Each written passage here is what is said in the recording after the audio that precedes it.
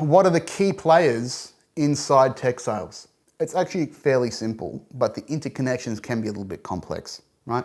So number one is your customer. That is the number one thing.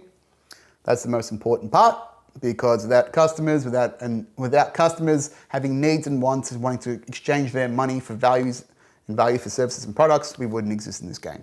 There's the customers. Then there is the tech vendors. There's your Cisco's, your Microsoft's, your Apple's, right? The guys that make the tech and sell it to you. Then we also have the partner ecosystem. And what these people are, they're the service integrators. So they're the organizations that resell the tech and implement it for organizations, right? So, they install it. And you don't really hear much of that in the B2C world. Maybe you've heard of things like Geeks to You and things like that, where nerds will come to your house and, fix your connections up and wire your internet, whatever it is. But the service integrator partner and the partner ecosystem, technology partner ecosystem, is quite immense as well, because vendors cannot service all their customers at once. So what they do is distributors and these service integrators will resell the products, and then as a layer of additional service, install it, consult on what technology is best for the customer, that blah, blah, blah. Then we have regulations and government bodies, right? This is, in Australia, that could be the ACCC, compliance and government regulations. So even like regulatory bodies, things like the GDPR, which is the General Data Protection something for Europe. That's a regulation about how your data is managed. Laws, and I'm going to expand this later on, but yeah, laws and regulations that sort of set the rules of how we engage inside the industry. And then there is communities of interest, and that is peak bodies for various associations inside the tech industry. The internet is a community of interest. It's anywhere where you can source information about the products you're trying to source, or the solutions you're trying to source. All right? This is where you can get insights, capabilities from other organizations that are also selling tech. I'll give you an example.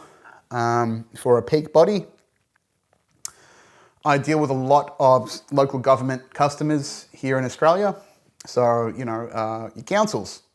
So for me, I live in the Maribyrnong Council area. I used to live in the Knox City Council area, local government, right? Now, the good thing about local government is they have a lot of needs for technology because they serve a very diverse range of community projects and services. But they also do not really compete. All they need to do is manage their territory, their council area, and the bounds within it, and do that as effectively as possible. So what does that mean?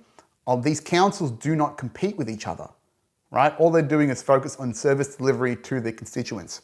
So what they do is they collaborate. All these councils, each council has an IT department, has a regulatory committee, etc. They have this organization, which is called, there's a local government association. There's also the Municipal Association of Victoria. These are peak bodies that provide industry-wide insights about what's happening, current trends, trying to help enable these local government constituents and these operators, so the councils and whatnot. And so what these peak bodies have is a lot of influence. Because there's no competition inside the councils, a lot of IT teams will go to neighboring councils or friends they've got in the industry and go, hey, what are you doing about this product? Or what are you doing about your networking? What are you doing about your cloud? So a lot of that information, which is very important because it's a trusted network of information, which we'll talk about in a later episode, it's very important to understand what that exchange of information is, right? Because if you can influence that, then you have a lot of leverage to not influence a small body of people that can provide better mind share across an entire industry. But why that peak body is useful to understand is because they have a significant amount of information leverage inside the ecosystem. So once you identify your key players inside an ecosystem, the key components right? These are the nodes of information, resources exchange. What you then do is understand what's being exchanged between these bodies, right? So between partners and vendors, it's money and solutions, right? What's being exchanged between customers and peak bodies, it's usually resources, it's information, sometimes it can be a bit of funding as well. So what you do is you connect you link up, sort of like, when you watch like a murder mystery, and they've got all these photos up on the walls, and they've got all the strings that are linking people from this to that. You need to do that with your ecosystem, and we'll do that in the course as well, you need to understand the flow of resources, you need to understand the flow of money, of information, those three key areas, and maybe a little bit more.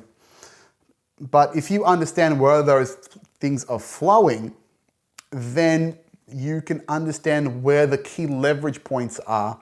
And if you influence those, you can be extremely effective in scaling out your impact for your sales activity to a large amount of customers at once.